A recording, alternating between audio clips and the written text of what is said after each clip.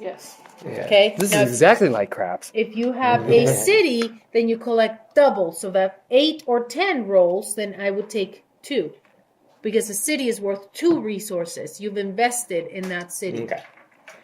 Now, 7 is the highest probability to roll with 2 six-sided dice. This is where this individual comes into play.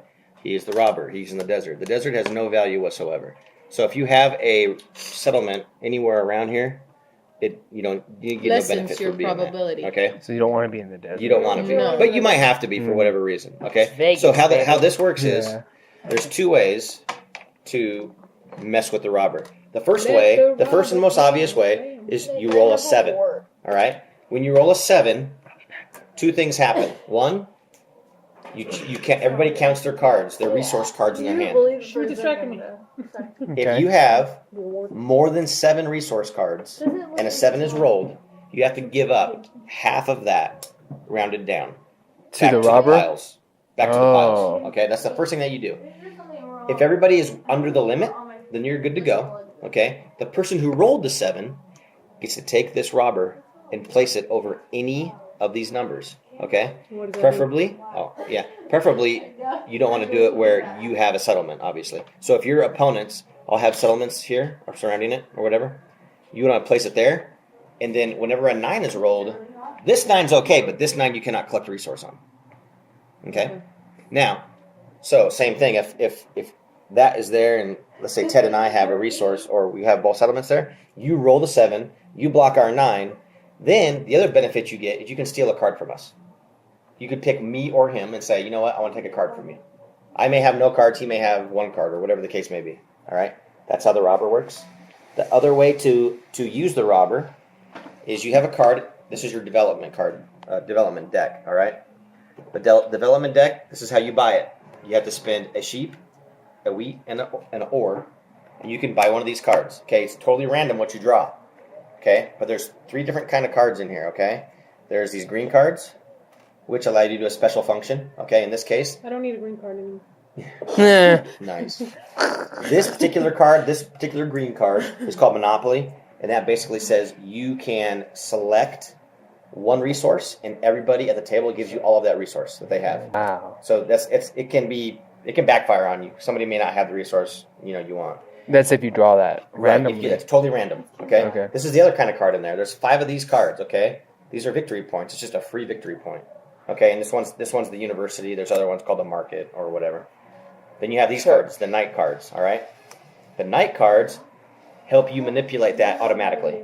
So on my turn, if I have a knight card, you wouldn't know what I had it. I would draw the card and keep it face down. I would say, okay, I'm going to play my knight card. Then I can automatically move the robber anywhere I want, place it, and take a card from that person. But you can't play it right away. You have to wait 1 turn for you to... So those are the 3 types of cards there are. There's other cards called Road Building and Year of Plenty. Okay, Year of Plenty. That allows you to draw 2 of any resource on your turn that you want. It could be 2 of the same or 2 different ones. And there's other victory points, like I said. This is cool. Road Building, this is a great game. Road Building basically allows you to build 2 roads. Okay, now we're going to get to that now. So Road Building, okay, when you start the game, you're going to place 1. You're going to get 2 to place, but you're going to place a settlement and a road at the same time. You're going to do that twice to set the board up. Okay. Yeah.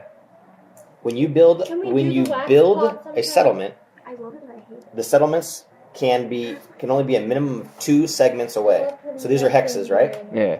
You can't build that. No one can build a settlement on the second corner of the hex. You have to build at least 2 away. Okay. Okay. So you can potentially have 3 corners of a hex block. Because that's 2 away. Right. That's Or some people are 2 douchebags and put 1 there, and they kill off the other corner. Only 2 can be placed on that hex. Okay. Is it good to be a douchebag? It's strategic. You can. So. And 2 things you can get. Okay. So like I said, you want 10 victory points. You can get victory points via this way. Okay. You can get victory points via a combination of this, your settlements, which are worth 1 each, and your cities, which are worth 2 each. Okay. Yeah. There's also these two things right here. One's called the longest road. One's called the largest army. Whoever plays 3 army cards in turn order, so it can't be just all at once. You have to play 1, then play another one, then play another one. If you play 3 army cards, whoever does that first gets this in their front of them, and that's worth 2 points as well. Longest road, if you make 5 consecutive road segments, so like one here, here, here, here, here, Yeah. then you would get longest road. Okay? Okay. These can change hands between different players depending on who gets more than the other one. So if I play 3 night cards, and Ted has 3 night cards, I currently own it, but Ted could play another night card and take it from me. Okay, that's how that works. Same thing for the longest road. If you have one more segment than the other person who currently controls it, you can steal that from them. Okay, these are good to get. This is a little harder to get because you have to invest in these development cards.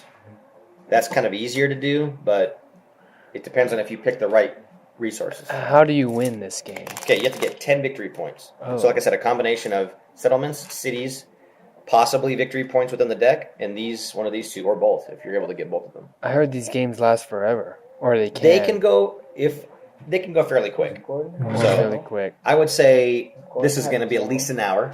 I'm in. Okay. So, but like I said, it can go more than that. It can go up to 2. But when you have more people at the table or more experienced players, they know the different strategies to try to get to it faster. So it shouldn't take as long. Okay, so the first thing we're going to do now is, I think